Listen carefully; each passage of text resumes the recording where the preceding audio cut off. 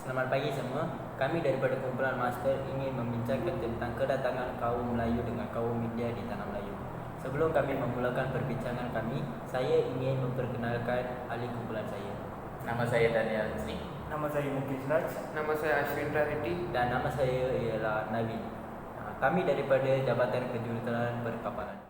Saya akan mulakan perbincangan saya dengan kedatangan kaum India ke tanah Melayu.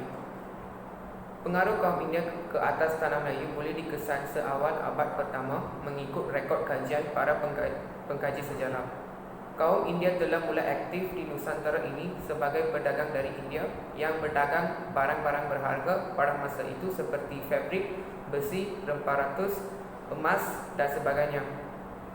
Kaum India juga merupakan antara golongan yang paling dihormati pada masa itu kerana berperanan sebagai pengukir arca yang mahir dan berperanan dalam urusan diplomasi dan ilmu laut. Tidak boleh dinafikan pada suatu masa dahulu, kapal-kapal maritim India pernah berlabuh di perairan ini secara megah. Kebanyakan pedagang-pedagang India telah berkahwin dengan penduduk sini dan telah memulakan penempatan di sini. Ditambah pula dengan penaklukan Rajendra Chola ke atas Kedatua, Empayar Sriwijaya dan yang lain pada abad ke-11 yang menyaksikan peninggalan kesan yang boleh dilihat sehingga kini seperti Batu Nandi, Batu Bersurat, Sungai Mas, Patung Avalokitesvara, kebanyakan candi-candi dan peninggalan arkeologi sejarah. Kaum India telah sejak itu memainkan peranan yang cukup luas dalam perkembangan Nusantara ini sebelum kemasukan kuasa jajahan asing. Tambahan pula semasa era Kesultanan Melayu Melaka dan penaklukan kuasa Portugis seterusnya kuasa Belanda, lebih ramai kedatangan masyarakat India yang hadir sebagai pedagang dan menetap di sini.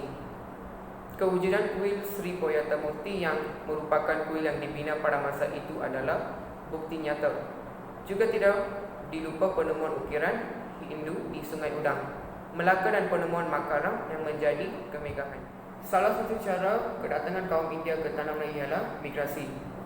Kemasukan pekerja India ke Melaya sebenarnya sudah bermula sejak tahun 1786 dengan pembukaan pejabat koloni British di Pulau Pinang. Jawatan sebagai pembantu rumah dan pekerja ladang menjadi tawaran. Pada penghujung abad ke-18 dianggarkan beribu-ribu orang India yang digelarkan sebagai kuli berada di Pulau Pinang. Angka itu semakin meningkat selepas pembukaan Singapura pada tahun 1819.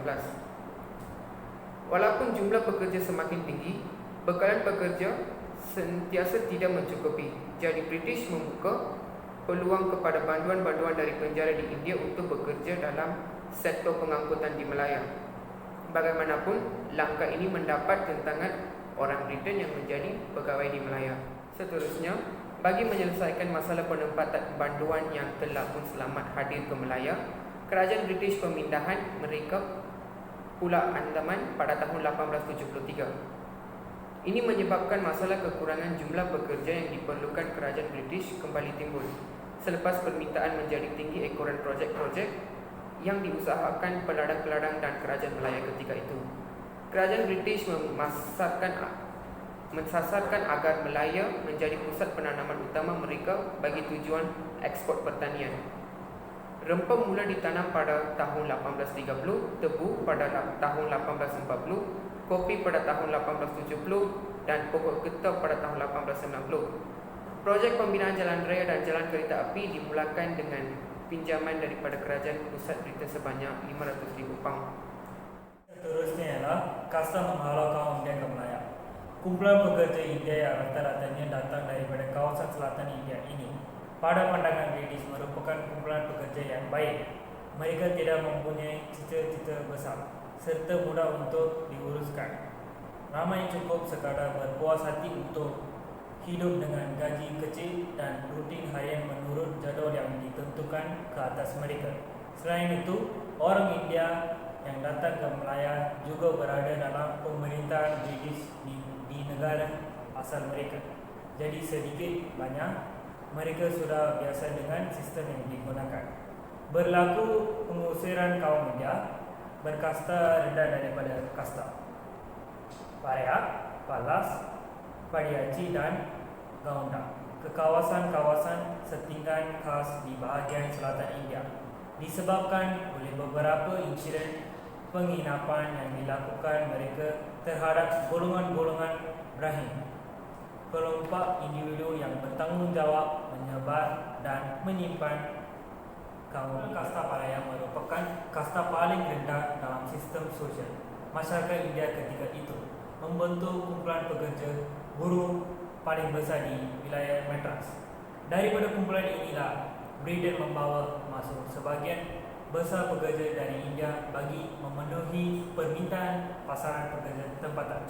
Di India, mereka dilayan tauba seperti seekor binatang tanpa dipedulikan maruah mereka. Ini menjadikan individu-individu kasta Palaya seorang yang tekun dalam melakukan pekerjaan serta tidak menolak sebarang arahan, satu ciri yang sangat digemari pihak British.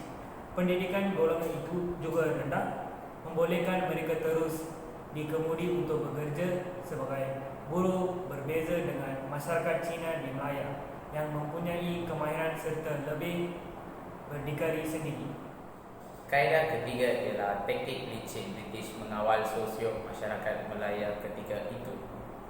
Selain daripada keperluan memenuhi permintaan pekerja, British juga mempunyai sebab lain kenapa kemasukan pekerja dan India perlu dilakukan.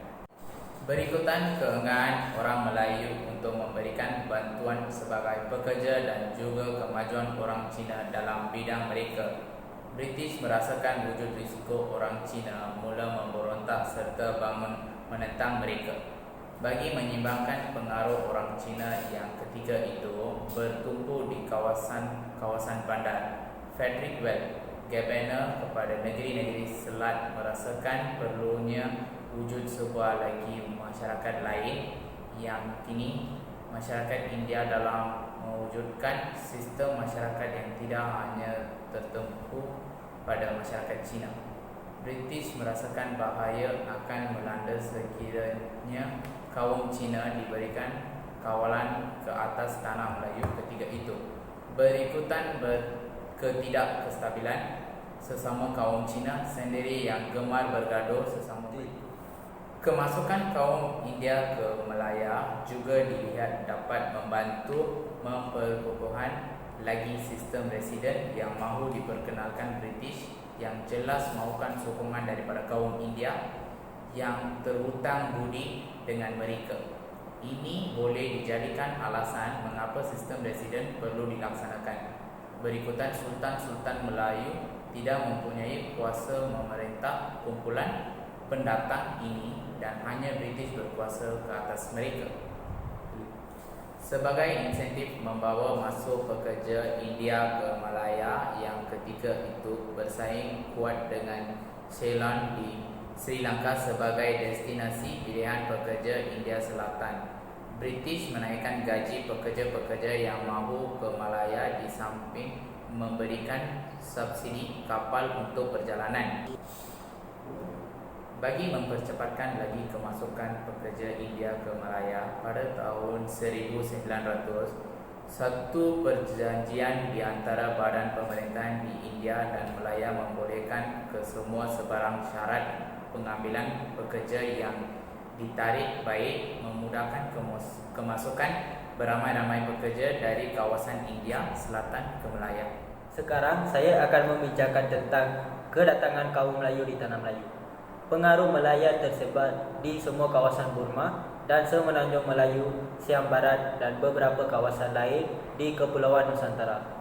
Dengan naungan India dan Siam, kekayaannya sebahagian besar diperolehi melalui perdagangan kuda. Pada zaman kegemilangannya, bahasa Melayu kuno digunakan sebagai bahasa rasmi dan menjadi lingua franca serantau, menggantikan Sanskrit, bahasa utama Hindu. Zaman Sriwijaya dianggap zaman kegemilangan budaya kacukan Jawa dan Melayu.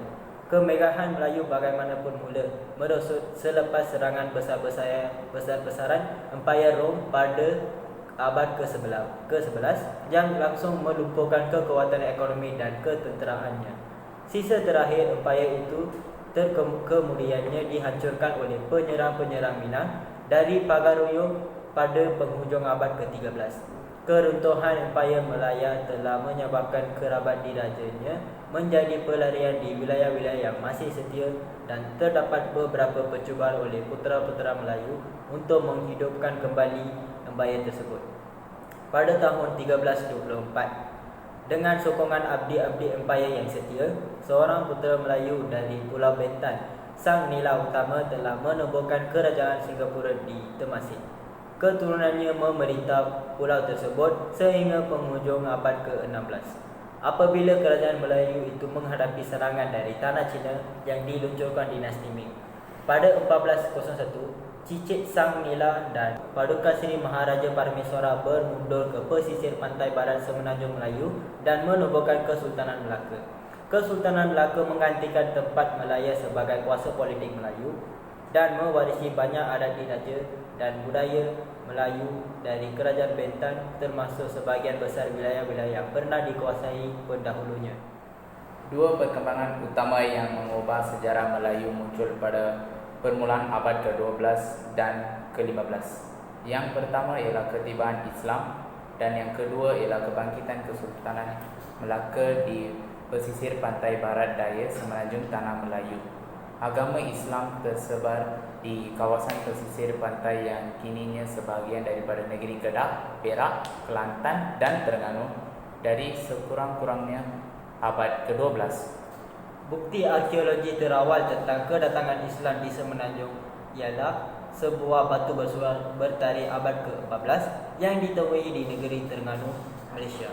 Pada abad ke-15, Kesultanan Melaka yang pengaruhnya melangkui bahagian barat Kepulauan Nusantara menjadi pusat utama penyebaran agama Islam di timur.